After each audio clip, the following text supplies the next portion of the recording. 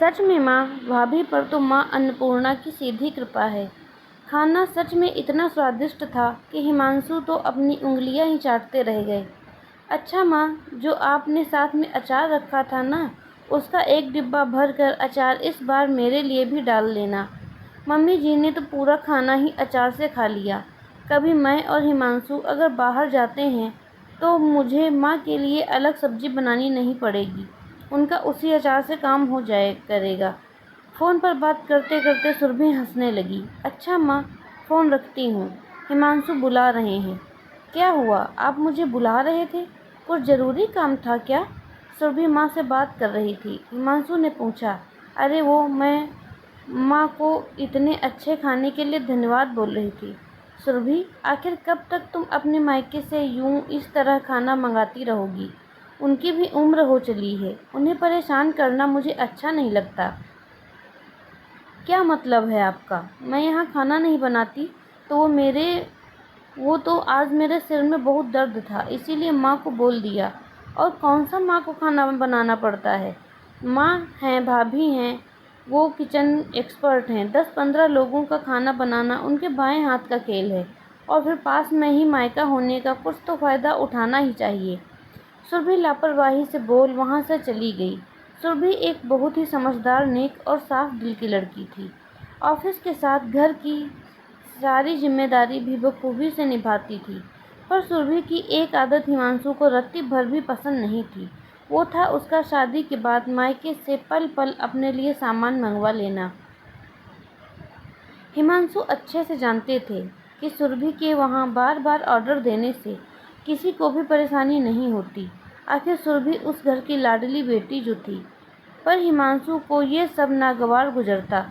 हिमांशु की माँ भी कई बार सुरभि को टोक चुकी थी, पर हर बार सुरभि माँ का प्यार है, उन्हें मेरी चिंता है कहकर बात टाल देती। दूसरे दिन सुरभि फ़ोन पर माँ से बात करते हुए, माँ, हर बार की तरह इस बार भी हिमांशु के चाचा ने गांव से आलू के बोरे भेज दिए हैं और कुछ सूखे मसाले भी हैं। मैं सीधा आपके यहाँ भिजवा देती हूँ। आप अपने साथ मेरे लिए भी चिप्स, पापड़ और मसाले बनाकर यहाँ भेज देना। आप तो जानती हैं मुझे आलू के पापड़ कितने पसंद हैं। बहू, क्या ज़रूरत है माँ से ये सब बनवाने की? अब तो तुम्हारी शादी को काफ़ी समय हो चुका है, तुम खुद क्यों नहीं बनाना सीख लेती ये सब? और फिर तुम्हारे और हिमांशु के ऑफिस जाने के बाद पूरा दिन बोर होती रहती हूँ, मैं कर लिया करूँगी ये सब। माँ, आप भी ना, ये कोई उम्र है आपकी ये सब करने की? और फिर कौन सा माँ को करना पड़ता है? भाभी है ना, वो ये सब चुटकियों में कर लेती हैं। आज फिर सुरभि लापरवाही से बोलते हुए ऑफिस निकल गई। सुमित्रा जी को समझ नहीं आता कि आखिर वो अपनी बहू को कैसे समझाएं। तीज त्योहार पर मायके से सामान आना तो ठीक है, पर हर समय कभी अचार, कभी पापड़, कभी मटरी, हर छोटी छोटी चीज़ों के लिए मायके वालों को परेशान करना अच्छी बात नहीं है। मुझे ही कुछ करना होगा, सुमित्रा जी ने मन में ठान लिया था। एक सुबह, माँ, आज मेरी ऑफिस में मीटिंग है, मुझे लौटने में देर हो जाएगी। मैंने सारा खाना कैसरोल में बनाकर रख दिया है, बोलकर सुरभि ऑफिस निकल गई। रात के 10 बज गए हैं, पेट में भी चूहे कूद रहे हैं। पहले हाथ मुंह धोकर खाना खा लेती हूँ। बड़बड़ाते हुए सुरभि ने जब फ्रिज खोला तो सारा खाना खत्म हो चुका था। हिमांशु, माँ, सारा खाना खत्म हो गया? मुझे बहुत तेज भूख लगी थी। बहू, अच्छा हुआ तुम आ गई। वो तुम्हारी ननद शिवानी की तबीयत सही नहीं थी, तो सारा खाना मैंने वहाँ भिजवा दिया है। जल्दी से कुछ बना लो, मुझे और हिमांशु को भी बहुत तेज़ भूख लगी है। पर माँ, ऐसे कैसे? आपने सारा खाना भेज दिया तो क्या हुआ? जब तुम्हारी तबीयत खराब होती है तो तुम्हारे मायके से भी तो खाना आता है ना।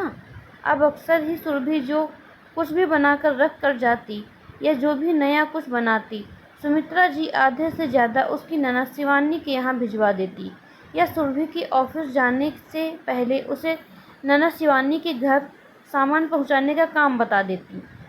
महीना भर भी नहीं हुआ था, अपनी मेहनत से बनाए हुए खाने को यूं इस तरह रोज़ रोज़ अपनी ननद के घर भेजते भेजते सुरभि चिड़चिड़ाने लगी। आखिर कब तक तुम्हारी बहन बीमार पड़ी रहेगी? तंग आ चुकी हूँ मैं। रात में सुरभि हिमांशु पर विफर पड़ी। बस 1 महीना और तुम जो इतने सालों से अच्छी खासी होते हुए भी माही भाभी को परेशान कर रही हो, उसका क्या? मैंने भाभी से कभी ज़बरदस्ती नहीं करी। वो अपनी मर्ज़ी से मुझे सामान भेजती हैं। सुरभि, वो अपनी सास की इज़्ज़त और तुमसे प्यार करती हैं। उसका इतना भी नाजायज़ फ़ायदा मत उठाओ कि माँ के जाने के बाद तुम्हारा मायका ही ख़त्म हो जाए। आप सही कह रहे हो, मुझसे बहुत बड़ी गलती हो गई। सुरभि को बहुत पछतावा होता है। इसमें तुम्हारी कोई गलती नहीं, हम सब की थी। पीछे से सुरभि की माँ और सासू माँ ने उसके आंसू पोंछ दिया। बेटी की हर नाजायज़ मांग पूरी कर में बेटी की गृहस्थी को बिगाड़ ही रही थी। साथ ही साथ अपनी बहू पर भी अत्यधिक जिम्मेदारी डाल उस पर भी अन्याय कर रही थी। सच, आज अगर समधन जी ने मुझे नहीं समझाया होता तो मैं अपनी बहू और बेटी दोनों की ही ज़िंदगी बर्बाद कर देती। सुरभि अपनी सास के गले लग गई। तभी मैं सोच रही थी कि इतने दिन से आपने मुझे कुछ बनाकर क्यों नहीं भेजा। सुरभि हंस पड़ी। ये लो भाभी, आपकी पसंद की राज कचौरियाँ। पीछे से सुरभि की ननद शिवानी ने आकर कहा। मतलब पूरा परिवार मिला था साथ में। सब जोर से हंसने लगे। आपको यह कहानी कैसी लगी हमें कमेंट करके ज़रूर बताएं, और अगर अच्छी लगी है तो प्लीज़ लाइक शेयर सब्सक्राइब ज़रूर करें। मिलते हैं अगली कहानी में।